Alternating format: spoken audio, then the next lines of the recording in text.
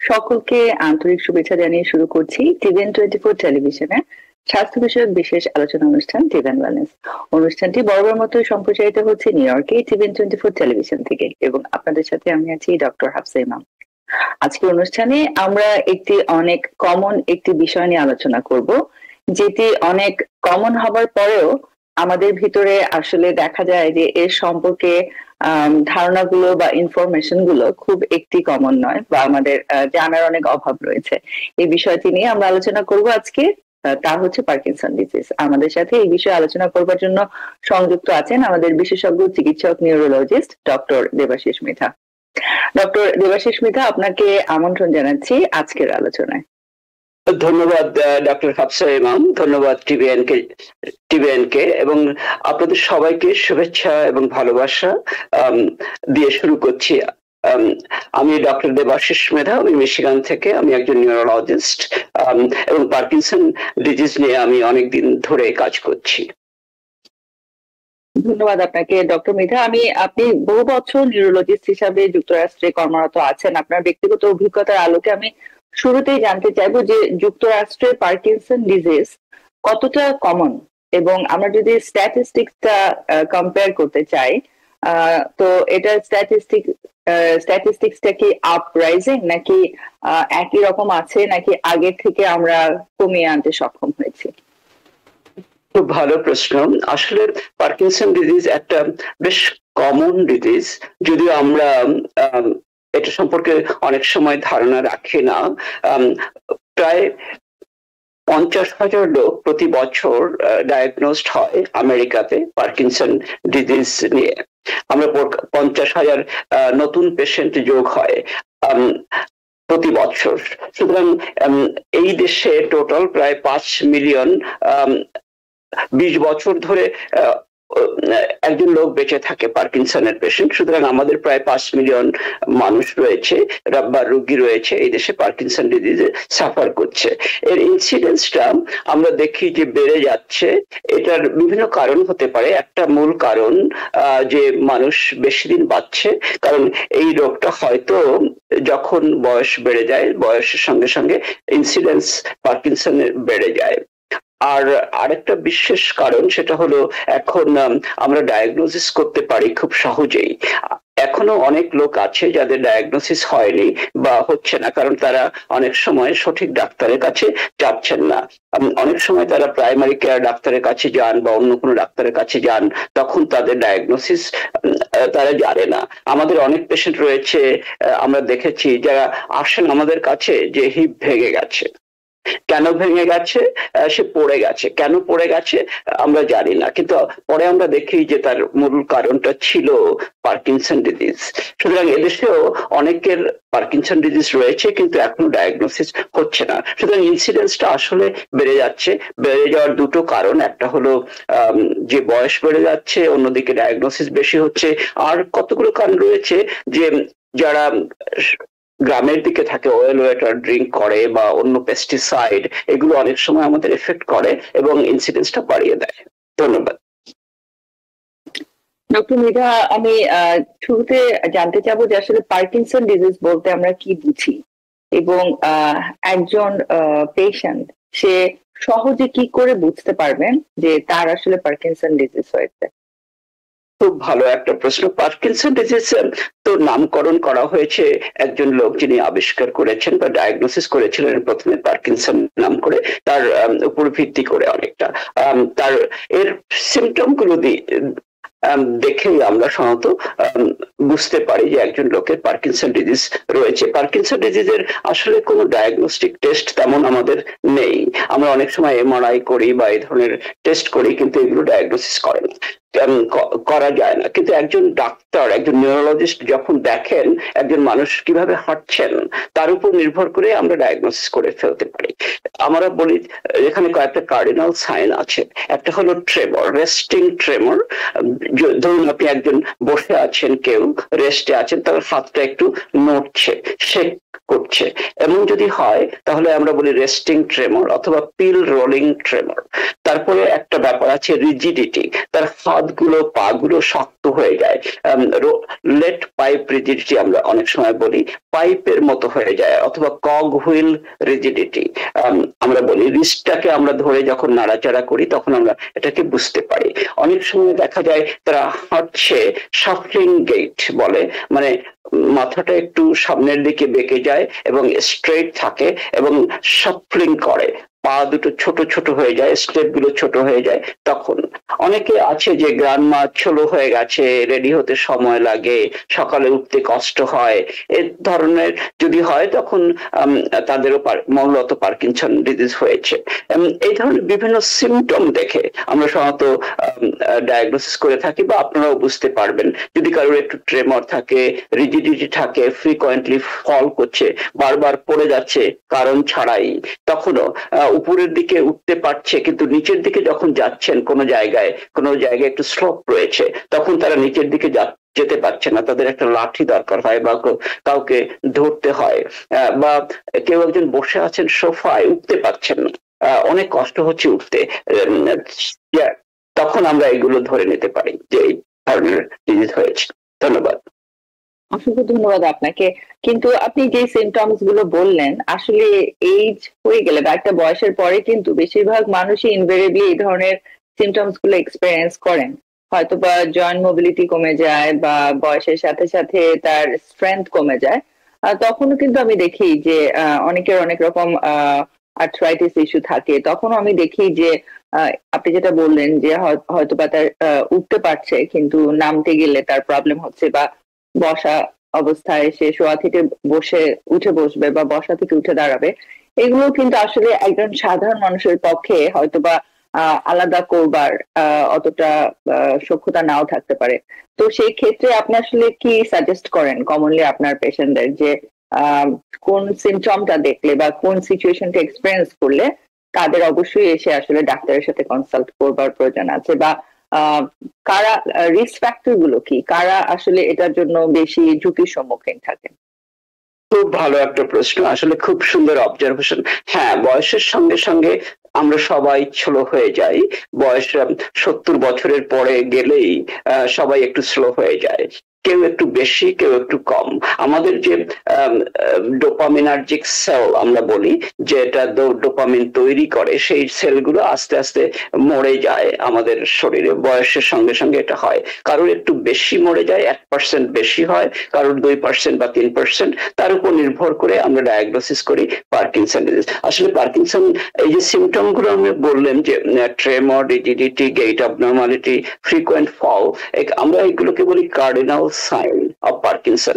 এখন শুধু একটা সাইন যদি থাকে যে একজন মানুষের উঠতে বা বসতে কষ্ট হচ্ছে, তখন আমরা ডায়াগনোসিস করি না, কিন্তু আমরা বলি 2 বা 3টে সাইন যদি যখন থাকে, মানে ট্রেমর থাকলো, গেইট অ্যাবনর্মালিটি থাকলো, স্টুপ পশ্চার থাকলো, তখন আমরা এটাকে ডায়াগনোসিস করি। শুধু একটা যে কারোর ব্যথা, হাঁটুতে ব্যথা হয়েছে, উনি সোফা থেকে উঠতে পারছে না, তখন আমরা ডায়াগনোসিস করি না এটাকে। বা কারোর ব্যাক পেইন রয়েছে, উনি ভালো করে হাঁটতে পারছেন না, এমন হলে আমরা সাধারণত ডায়াগনোসিস করি না। অন্য রোগও হতে পারে, আরো বিভিন্ন ধরনের পার্কিনসন টাইপস ডিজিজ রয়েছে, সেগুলো হতে পারে। সেই জন্য একজন ডাক্তারই ডায়াগনোসিস করতে পারে, কিন্তু আপনারা যদি দেখেন এরকম সিমটম রয়েছে এবং এক্সেসিভ হচ্ছে, যে কেউ একজন ট্রেমর হচ্ছে, উনি আর লিখতে পারছেন না, উনি আর গ্লাসে পানি পান করতে পারছেন না, আবারে খেতে অসুবিধা হচ্ছে, হাতটা এত নাড়াচাড়া করছে, আপনি ওষুধ দিচ্ছেন, সে ওষুধটা মুখে যাচ্ছে না, এমন যদি হয় তখন আপনাদের সিনসিয়ার হয়ে যেতে হবে এবং ডাক্তারের সঙ্গে কনসাল্ট করতে হবে। ধন্যবাদ।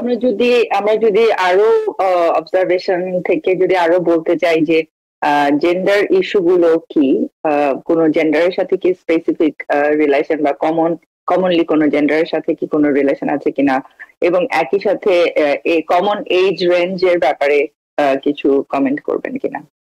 খুব ভালো প্রশ্ন। আসলে পার্কিনসন ডিজিজটা বেশিরভাগ ক্ষেত্রেই দেখা যায় মেল ডমিনেটেড, পুরুষদের এই রোগটা বেশি হয়। একটা কারণ, তারা হেড ইনজুরি হয় অনেক সময়, সেটা বাড়িয়ে দেয় এই রোগটার চান্সটাকে। মেয়েদের একটু কম হয়।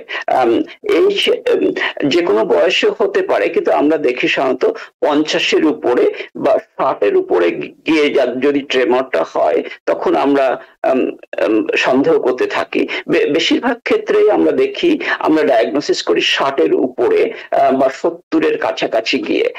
এর আগে তেমন আমরা দেখি না। আমার কয়েকটা পেশেন্ট আছে, 5-6জন পেশেন্ট আছে যাদের 60-এর নিচে হয়েছে।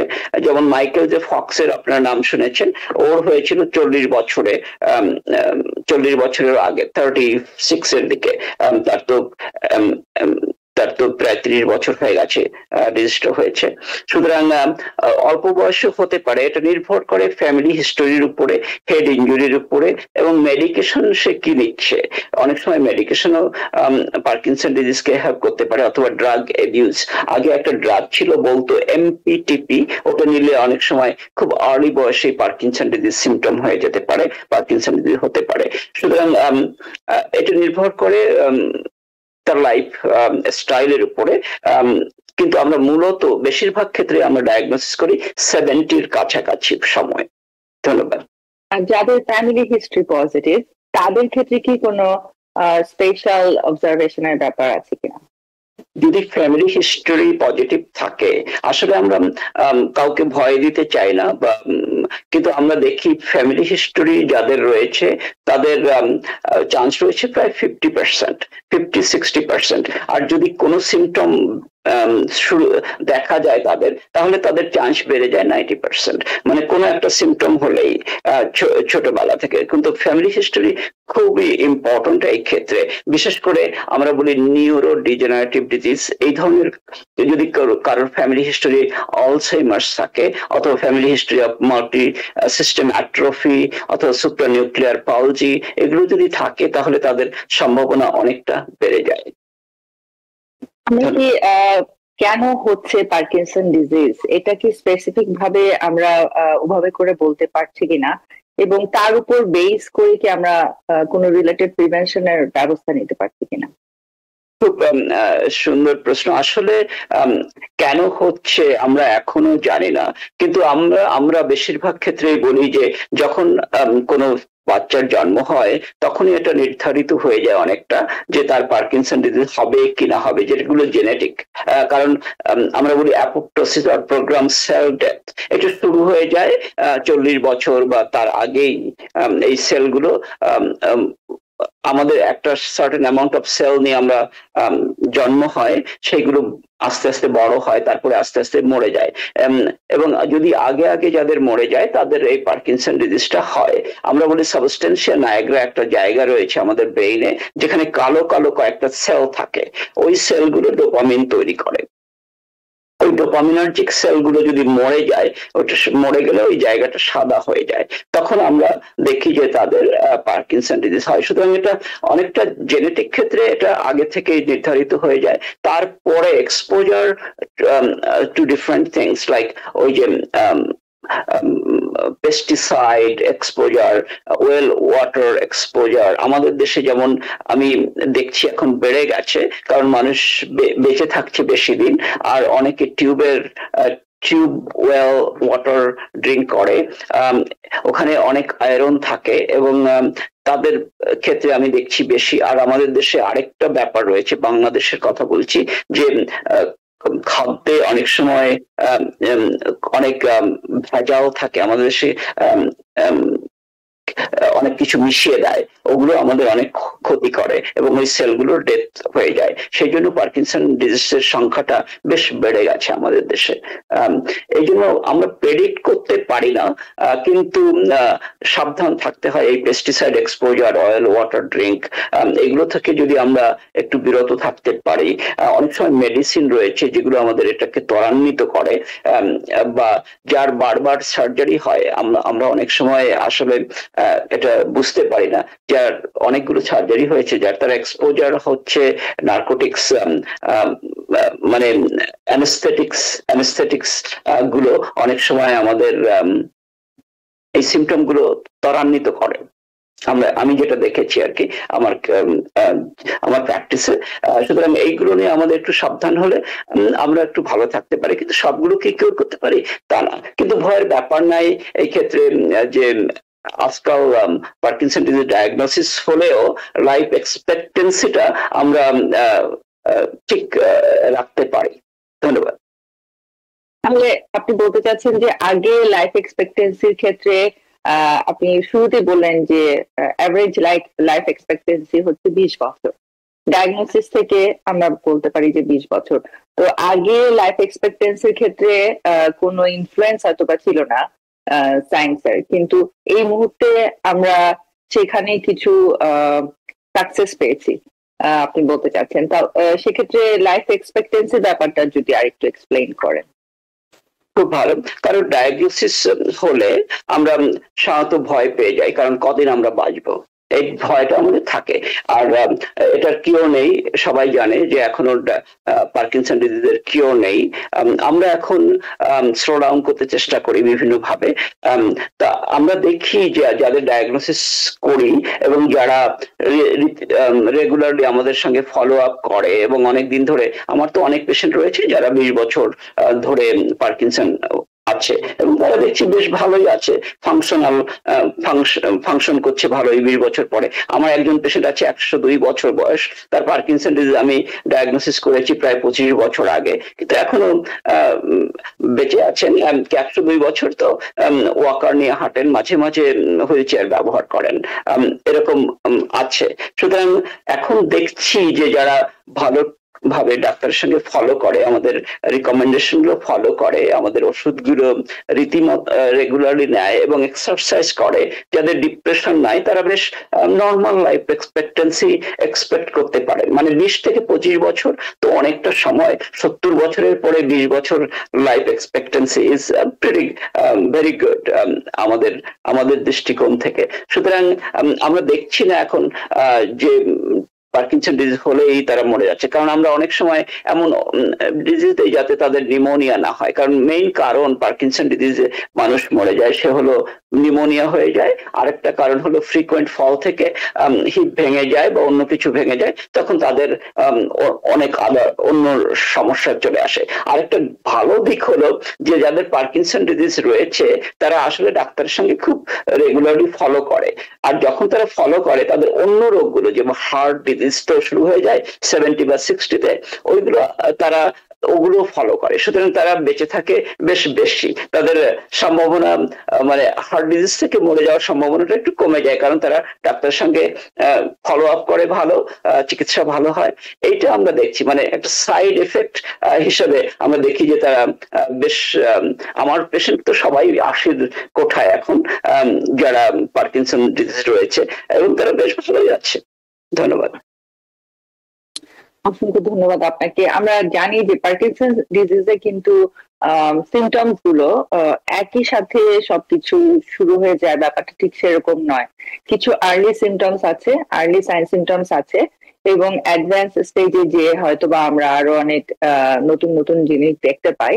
এবং একই সাথে সিমটমস গুলোর ভিতরে আমরা শুরুর দিকে যেগুলো আপনি বলছিলেন আমরা বলে থাকি মোটর সিমটমস, এবং নন মোটর সিমটমস আছে। তো আমি একটু জানতে চাইবো একটু বিস্তারিত ভাবে যে আর্লি সাইন্স গুলো কিভাবে আমরা আলাদা করছি, এবং প্রোগ্রেসিভ স্টেজে যে আমরা কি ধরনের সিমটমস গুলো কমনলি দেখতে পাচ্ছি, এবং একই সাথে নন মোটর সিমটমস গুলো যদি আপনি একটু আমাদের সাথে শেয়ার করেন।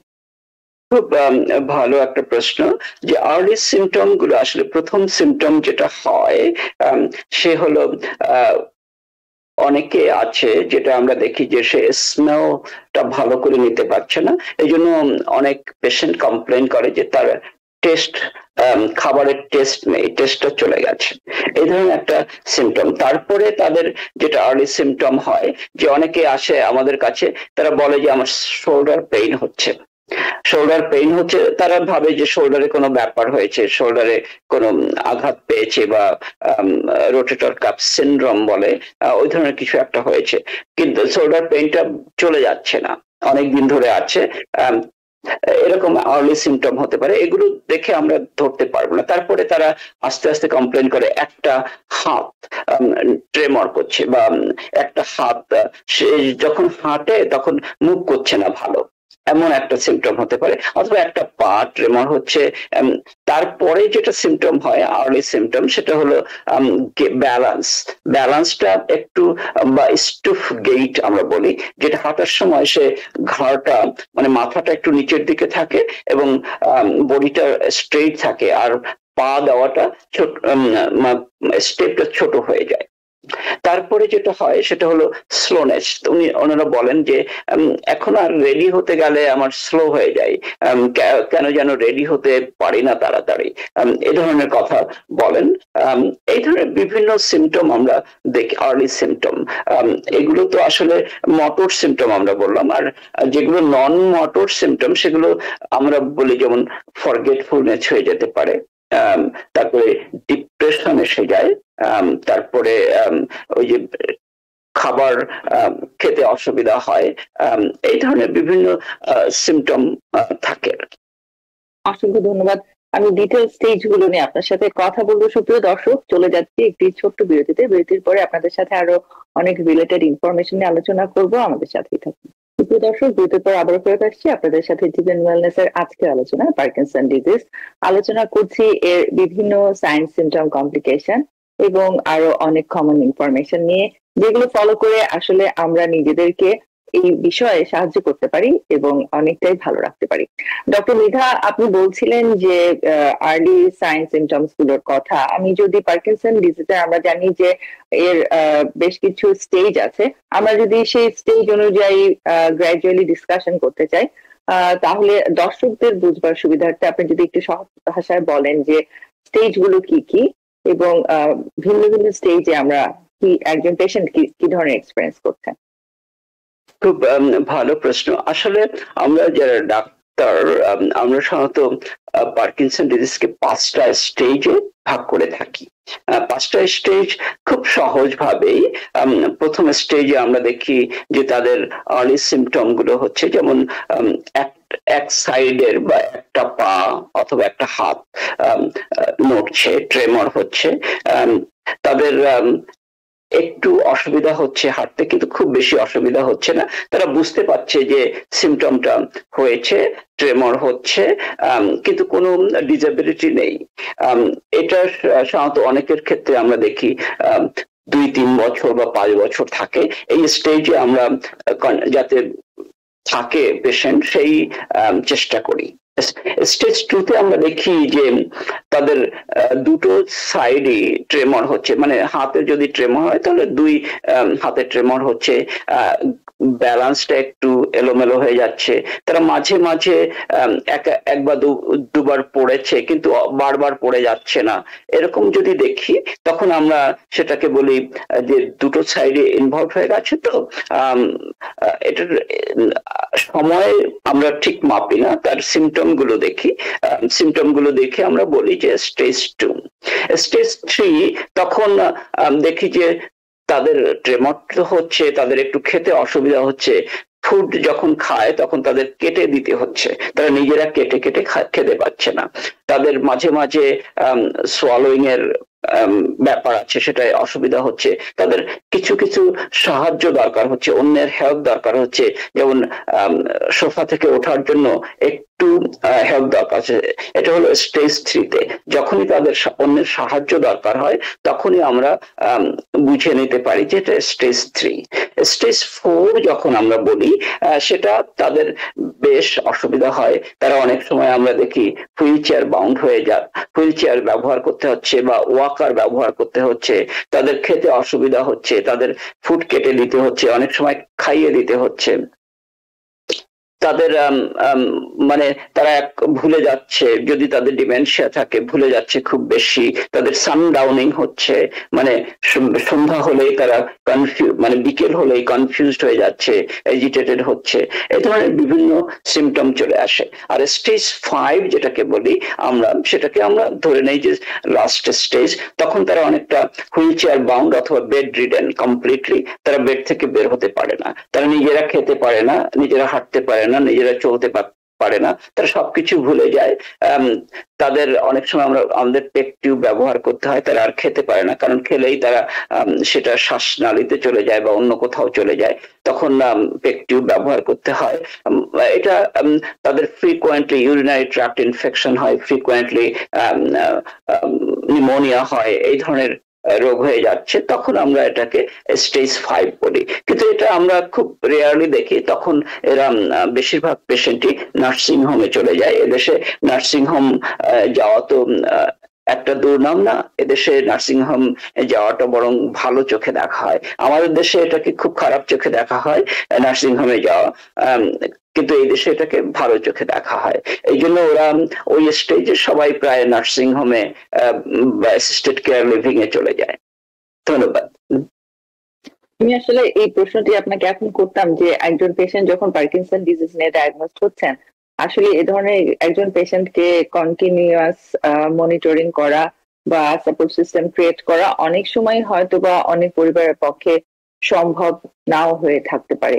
সেক্ষেত্রে এখানে হেলথ কেয়ার ফ্যাসিলিটিসে কি ধরনের ম্যানেজমেন্ট বা সাপোর্ট সিস্টেম আছে এবং কি কি সুযোগ সুবিধাগুলো আছে একজন পার্কিনসন ডিজিজের পেশেন্টের জন্য এবং তার পরিবারের জন্য, যে ইনফরমেশন গুলো জানলে তারা হয়তো বা বুঝতে পারবে যে তারা কি করে এই সিচুয়েশনটিতে নিজেরা প্রপার স্টেপ গুলো নিতে পারেন? খুব ভালো প্রশ্ন। আমাদের কাছে যখন পার্কিনসন ডিজিজ পেশেন্ট আছে, স্পেশালি যখন স্টেজ 3 তে চলে আসে, তখন আমরা এর আগে আমরা জিজ্ঞাসা করি ফ্যামিলি সাপোর্ট, কারণ পার্কিনসন ডিজিজ হলেই তাদের ফ্যামিলি সাপোর্ট খুব দরকার হয়, ইন্টারাকশন খুব দরকার হয়। তারপরে নিয়ে যাওয়া, ডাক্তারের কাছে নিয়ে যাওয়া, ফিজিক্যাল থেরাপি, কারণ এদের কন্টিনিউয়াস সাপোর্ট দরকার হয়, কন্টিনিউয়াস থেরাপি দরকার হয়, কন্টিনিউয়াস। সেই জন্য ফ্যামিলি সাপোর্ট কতটা আছে, যাদের হাজব্যান্ড এন্ড ওয়াইফ, সাধারণত হাজব্যান্ড সাপোর্ট করে অথবা ওয়াইফ সাপোর্ট করে।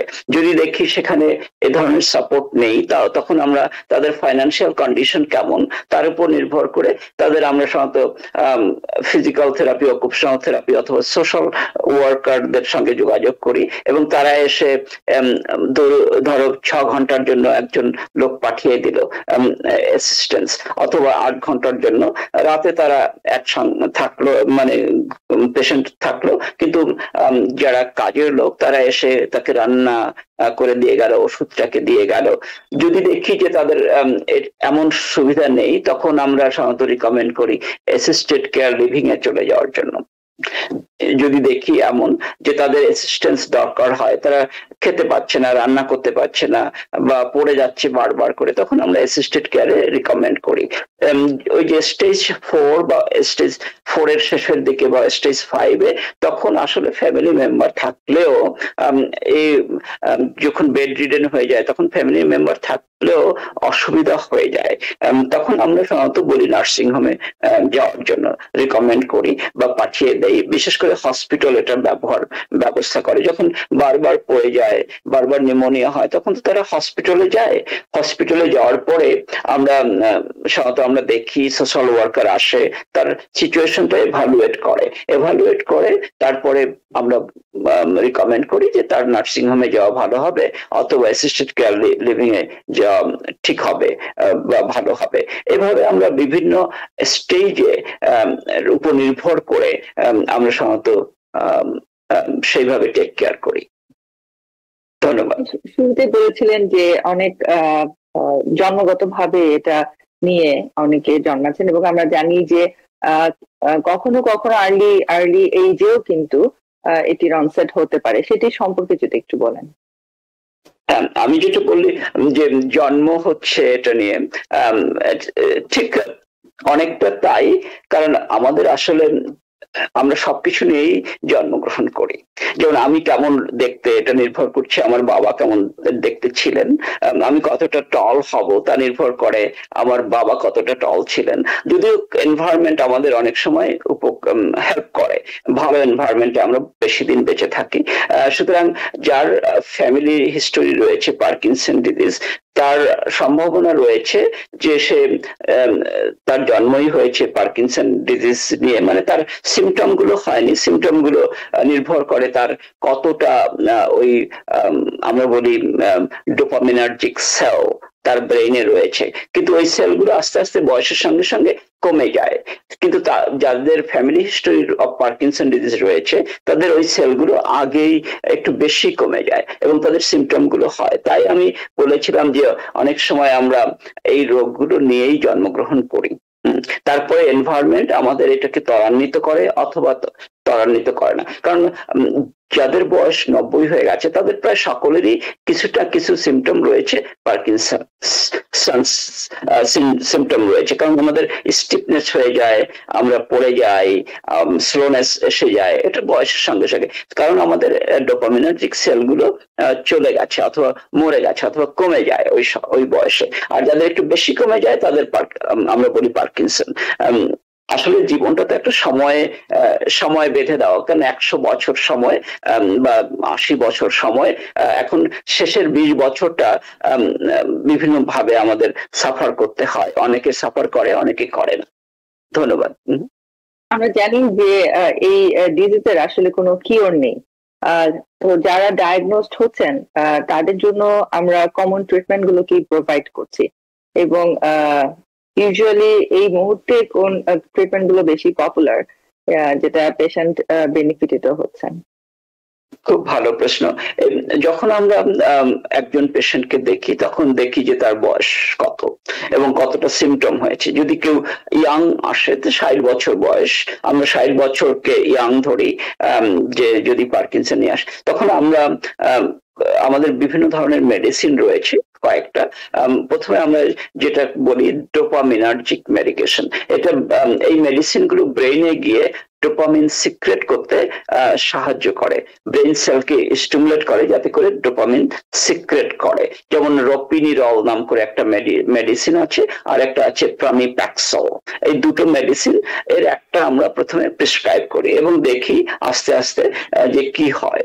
তারপরে যখন দেখি ট্রেমর, যদি কেউ আসে 70 ইয়ার্স ওল্ড অথবা 80 ইয়ার্স ওল্ড, ট্রেমর হচ্ছে খুব বেশি, পড়ে যাচ্ছে বারবার করে, বা অন্য কোনো অসুবিধা আছে, তখন আমরা এখানে একটা মেডিসিন আছে বলে সিনামেট বা কার্বিডোপা লেভোডোপা। এটা বিশেষ করে ডোপামিন অনেকটা, এই মেডিসিনটা আমরা ব্যবহার করি।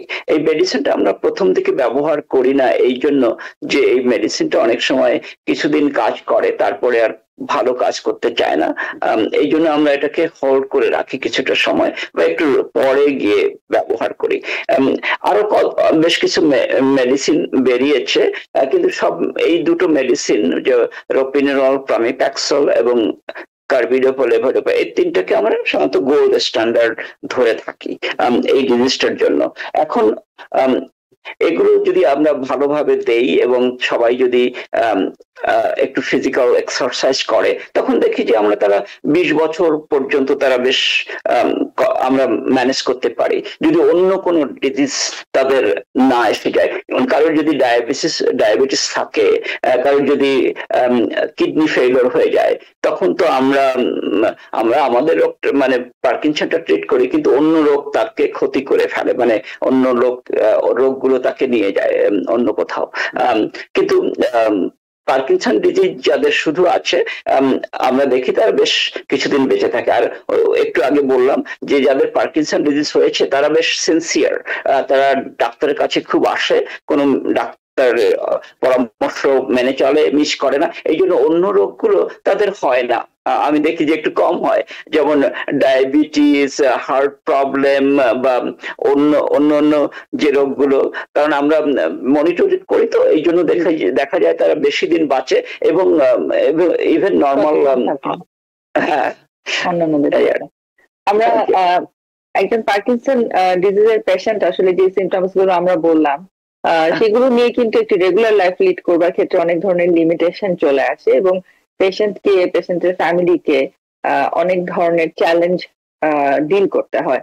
তো আমি আপনার প্র্যাকটিক্যাল এক্সপিরিয়েন্সের বেসিসে যদি জিজ্ঞেস করি যে যুক্তরাষ্ট্রে আপনি যে পেশেন্ট গুলো দেখছেন দীর্ঘদিন ধরে, আমরা জানি যে যুক্তরাষ্ট্রে কিন্তু আসলে পার্কিনসন ডিজিজের পেশেন্ট আমরা ইনভেরিয়েবলি দেখতে পাই। আমাদের আশেপাশে পরিচিত অপরিচিত এলডারলি পিপলদের ভিতরে কিন্তু আমরা খুব একটু অবজার্ভ করলে খুব কমনলি দেখতে পাই যে পার্কিনসন ডিজিজ নিয়ে তারা ডিল করছেন।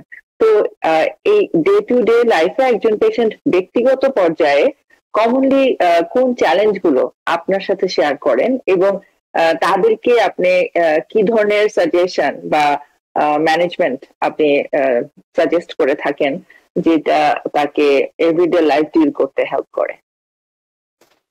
প্রথম দিকে তারা সাধারণত কিছু খুব একটা বেশি কমপ্লেন করে না, কিন্তু পরবর্তীতে আমি দেখি যে তাদের ওই যে সোফা থেকে উঠতে অসুবিধা হচ্ছে, তখন আমরা বলি আপনি কখনো সোফায় বসবেন না, আপনি একটা চেয়ারে বসবেন যেটায় হাতল রয়েছে, তাহলে তাদের উঠতে সুবিধা হয়। আর যদি কারোর শার্ট পরতে অনেকের অসুবিধা হয়, ঘড়ি পরতে অনেকের অসুবিধা হয়, বা এই ধরনের ছোট ছোট স্টকিং পরতে অসুবিধা হয়, তারা বেন্ড হতে পারে না, এই ধরনের বিভিন্ন ধরনের। কিন্তু আমরা সাধারণত ফ্যামিলি মেম্বার যারা থাকে, মা মানে ওয়াইফ অথবা ছেলে মেয়ে, বিশেষ করে মেয়েরা এগিয়ে আসে হেল্প করার জন্য, যারা কাছাকাছিতে থাকে, তাদের আমরা রেকমেন্ড করি যে মাঝে মাঝে প্রতিদিন তাদের সঙ্গে কথা বলবেন, উৎসাহ দেবেন, বা এই ধরনের ছোটখাটো ব্যাপারে হেল্প করবেন। অনেক সময় আমরা দেখি যে তারা স্লোনেস এত এসে গেছে যে আর ড্রাইভ করতে পারছে না, তখন আমরা বলি যে ড্রাইভ না করাই ভালো হবে, বরং ছেলে মেয়েরা ড্রাইভ করুক। এটাই অনেক পেশেন্ট একটু রাগ হয়, কারণ তারা ড্রাইভ করতে চায়, কিন্তু আমাদের রেকমেন্ড করতে। হ্যাঁ জি, আমি দেখেছি খুব কমন যেটা বলে যে আমি শার্টের বোতাম লাগাতে পারি না, হাত থেকে জিনিস পড়ে যায়, এবং যেহেতু আমরা জানি যে যেহেতু সবসময় একটি মুভমেন্ট ইস্যু হচ্ছে, হ্যান্ড রাইটিং চেঞ্জ হয়ে যায়, লিখতে সমস্যা হয়, এবং রেগুলার যে ছোট ছোট কাজগুলো তাকে সবসময় হাত ব্যবহার করে করতে হচ্ছে, সেই সব কাজেই সে আসলে একটি লিমিটেশন ফেস করেন আর কি। তো আমরা চলে এসেছি আজকে আলোচনার শেষ পর্যায়ে। বিদায় পূর্বে আপনার কাছে জানতে চাইবো যে আপনি এই মুহূর্তে ক্যামেরার সামনে বসে যারা আমাদের অনুষ্ঠানটি দেখছেন অথবা পরবর্তীতে দেখবেন, তাদের জন্য আপনি পার্কিনসন ডিজিজ নিয়ে যারা ডিল করছেন, দর্শক, আমাদের পেশেন্ট এবং তাদের পরিবার, তাদের জন্য আপনি যদি কোনো অ্যাডভাইস শেয়ার করতে চান। ধন্যবাদ। আমি বলতে চাই যে পার্কিনসন ডিজিজ নিয়ে এখন আর ভয় পাবেন না, কারণ পার্কিনসন ডিজিজ এমন একটা স্টেজে এসে গেছে যে এটা একটা মানে ডেথ সেন্টেন্স না, মানুষ বেঁচে থাকে, খুব ভালোভাবেই বেঁচে থাকে। আমাদের একটু সতর্ক হতে হবে, পারিপার্শ্বিক চারিদিকে যারা রয়েছে ফ্যামিলি মেম্বার, তাদের হেল্প নিয়ে এগিয়ে আসতে হবে, তাহলে তারা লাইফ এক্সপেক্টেন্সি প্রায় একই রকম থেকে যায়। আমরা দেখছি অনেক সময় একটু ডিসেবিলিটি আসে লাস্ট স্টেজে, কিন্তু তবুও সেটাকে আমরা ওভারটেক করতে পারি যদি আমরা ভালোভাবে যত্ন করি। তাই ভয় পাবেন না, এখন নতুন নতুন ট্রিটমেন্ট এসে গেছে। এখন আরেকটা নতুন ট্রিটমেন্ট আসছে, এখনো আসেনি, সেটাকে বলে ট্রান্সক্রানিয়াল ম্যাগনেটিক স্টিমুলেশন। আমরা দেখছি এটাই বেশ উপকার পাচ্ছে, এবং লোকজন যারা একটু হাঁটতে অসুবিধা হতো তারা ওই ট্রান্সক্রানিয়াল স্টিমুলেশনের পরে খুব ভালো হাঁটতে পারছে। সুতরাং নতুন ট্রিটমেন্ট আসবে, আর আরো স্টেম সেল থেরাপি এসে গেছে, যদিও এখনো আমরা তেমন বেনিফিট দেখছি না, তবুও এটা বেশ সাড়া দিচ্ছে। তারপরে ডিপ ব্রেন স্টিমুলেটর রয়েছে, বিভিন্ন ধরনের নতুন নতুন ট্রিটমেন্ট রয়েছে। তাই পার্কিনসন ডিজিজ হলেই ভয় পাবেন না, এর ট্রিটমেন্ট রয়েছে, আপনার লাইফ এক্সপেক্টেন্সি প্রায় সমান সমান অন্য মানুষের মতোই থাকছে। একটু কষ্ট হতে পারে শেষের দিকে, কিন্তু তবুও তেমন কোনো ব্যাপার না। সুতরাং আপনারা সবাই সুস্থ থাকুন, ভালো থাকুন, আনন্দে থাকুন, আর আনন্দে থাকার মাঝেই আমরা ডোপামিনটাকে বাড়িয়ে দিতে পারি। সুতরাং বেশি করে হাসবেন, গ্রাম্পি হয়ে থাকবেন না, তাহলে দেখবেন পার্কিনসন ডিজিজ আসবে না। ধন্যবাদ। সুপ্রিয় দর্শক, আজকের আলোচনা এই পর্যন্তই। আমরা চেষ্টা করেছি স্বল্প সময় পার্কিনসন ডিজিজ নিয়ে আপনাদের সাথে খুব কমন ইনফরমেশন গুলো শেয়ার করবার জন্য, যাতে করে এই ইনফরমেশন গুলো ফলো করে আপনি নিজেকে এবং নিজের পরিবার এবং পরিচিত জনকে সাহায্য করতে পারেন। আমাদের সাথে আলোচনায় সংযুক্ত ছিলেন আমাদের বিশেষজ্ঞ চিকিৎসক নিউরোলজিস্ট ডক্টর দেবাশিস মৃধা।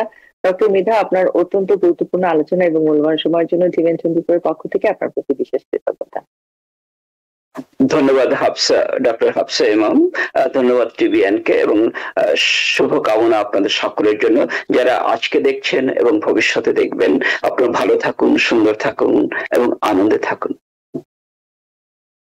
প্রিয় দর্শক, সকলে নিরাপদে থাকুন, সুস্থ থাকুন। ধন্যবাদ। TVN24 টেলিভিশন দেখতে আজই কল করুন 7187776556। লগ ইন করুন www.totalcablebd.com।